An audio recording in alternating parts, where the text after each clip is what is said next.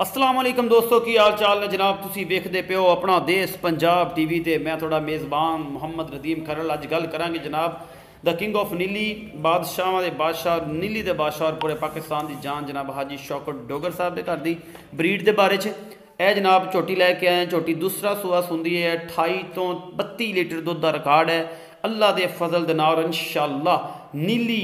अपना देश पंजाब टीवी ते और जनाब हाजी शौकत डोगर की मेहनत का मुँह बोलता जनाब है तुहाडे सामने सबूत आ जिदी कोई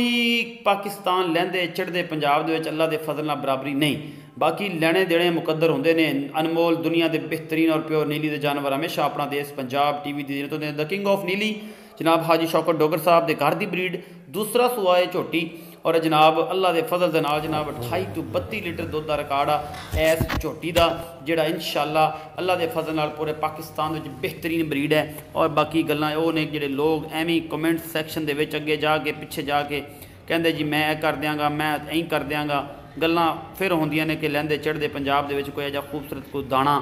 को कढ़ के लियावे अपनी होम ब्रीड का अपने घर दियाँ मझां विचों मझां बच्चा कढ़ के दवे फिर चसाणगियां हाजी शौकत साहब नूं दाद देने और अल्लाह के फजल नाल मैं अपनी पूरी जिंदगी दे विच जदों दा मैं इस चैनल ते आया वां जदों दा काम स्टार्ट किया मैं ऐसे ऐसे खूबसूरत जानवर किते नहीं वेखे जिहड़े हर पासों पूरे होण इन्हां नूं कहंदे ने मरले मरले दी वंड थब्बियां दे हवाने जनाब बेहद मशहूर है जनाब हाजी शौकत डोगर साहब जिहड़ा इन्ना प्यार बनाउंदे ने मेरे नाल और जनाब मैं उन्हां दे नाल मुहब्बतां ते चाहतां दा ये सबूत आ कि ये जनाब सानू प्यार भरियाँ जनाब वीडियोज़ विखाते हैं और असी ये चाहता तुहाड़ियां साडे नाल ने कि असी तुहाडे वास्ते इन्ना प्यारियां और सोहणियां सोहणियां मज्जी जिहड़ियां नीली दियां ने और रावी दियां ने और जनाब मुर्रा ने तुहाडे वास्ते कढ़ कढ़ के अपना देश पंजाब टीवी लैके आंदा है हमेशा की तरह ए जनाब तुहाडे वास्ते मशकां बनी फिरदी आ पूरे मरले मरले जनाब दी वांडा और पीढ़ियां दे पावियां जिन्ने सोहणे थण लगे आ इस जनाब शहजादी नूं ये जनाब हाजी शौकत डोगर साहब के घर की ब्रीड और तुहाडे सामने लैके हाज़र होया द किंग ऑफ नीली ने और जनाब द मुल्तान दी शान ने पाकिस्तान की जान ने जनाब हाजी शौकत डोगर साहब उन्होंने मेहनत की अपना देश पंजाब टीवी की टीम पूरे पाकिस्तान के जिन्ने जवारी और जनाब जिन्ने मुहब्बतां देने वाले इन्हां मझां दे शन्यासी इन्हां जनाब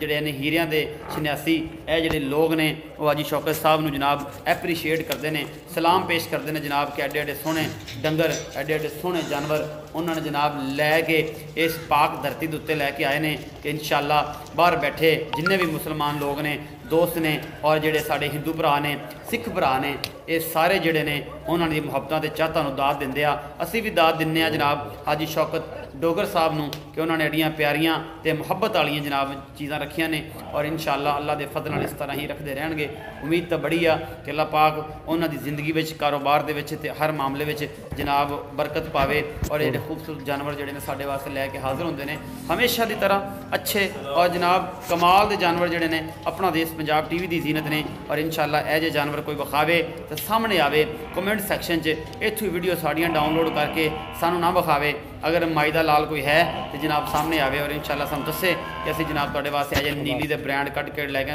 28-30 लीटर रिकॉर्ड है और जनाब सलाम पेश करते हैं हाजी शौकत डोगर साहब की पूरी टीम नूं पूरी फैमिली नूं और जनाब उन्होंने सारे दोस्तों नूं जिहड़ा इन्नी मेहनत और वर्क करते हैं जनाब अपना बहुत सारा ख्याल रखा जे मिलांगे अच्छी बेहतरीन और कमाल की वीडियो लैके।